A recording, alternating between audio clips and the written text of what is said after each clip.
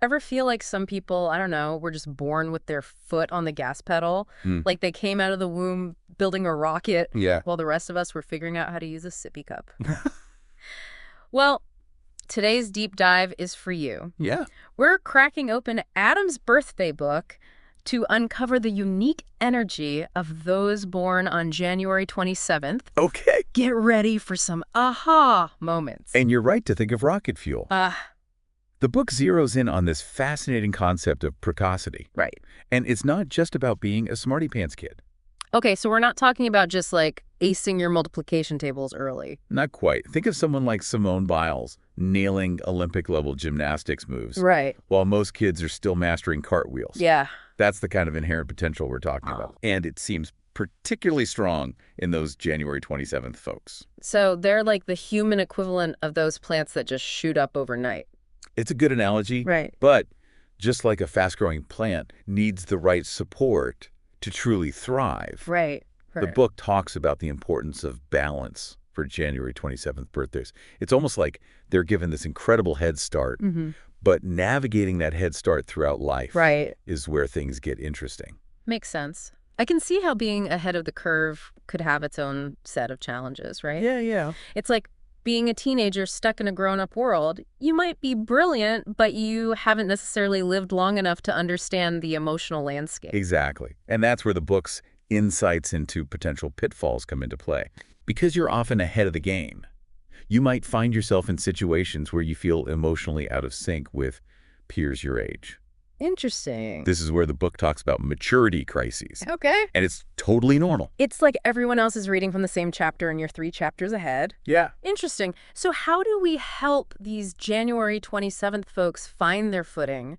The book talks about numerology, right? Yes. Now, I'll be honest, numerology usually sounds like something I'd hear from a late-night infomercial. I understand the skepticism, Uh, but if we think about it less like fortune-telling and more like a personality lens, right. Okay. it can actually offer some helpful insights. A personality lens. Okay, I like that. So what lens are we talking about for January 27th? Well, Adam's birthday book links them to the number 9, which is often associated with leadership and influence. Mm-hmm. It's like, some people just radiate leadership. Yeah. The number 9 is often linked to that, Mm-hmm. and it connects them with Mars. Wait, Mars, like the planet? Yes. What does that have to do with anything? Now, Mars in numerology is all about action and drive. Okay. It's the energy that gets things done, Right.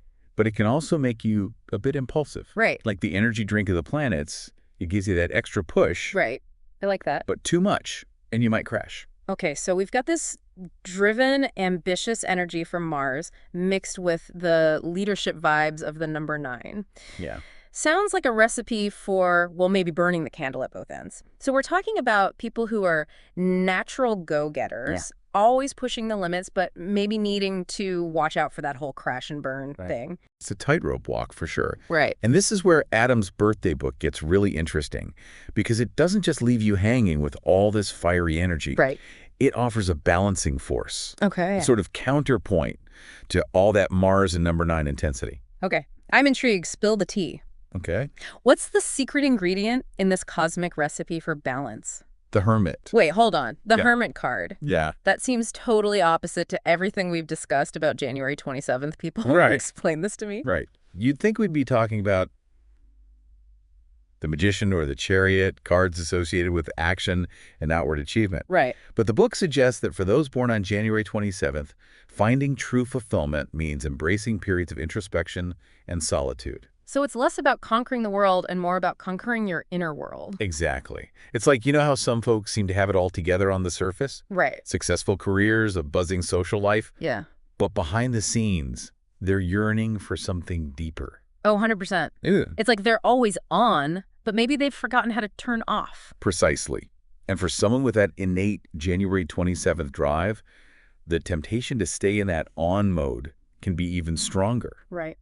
But the Hermit reminds us that sometimes the most important journeys are inwards. Mm-hmm. It's about finding that quiet space to connect with your intuition, your values, that inner compass. This is making me think about all those stories of celebrities who achieve incredible fame and fortune, but then seem lost or unfulfilled. Right. Maybe they needed a little hermit wisdom in their lives. It's a classic case of be careful what you wish for, right? Because ambition, without direction, without a connection to something deeper, can lead you down some pretty empty paths. Right. And that's the beauty of the book's message. It's not about denying that January 27th fire, but about learning how to tend to it wisely.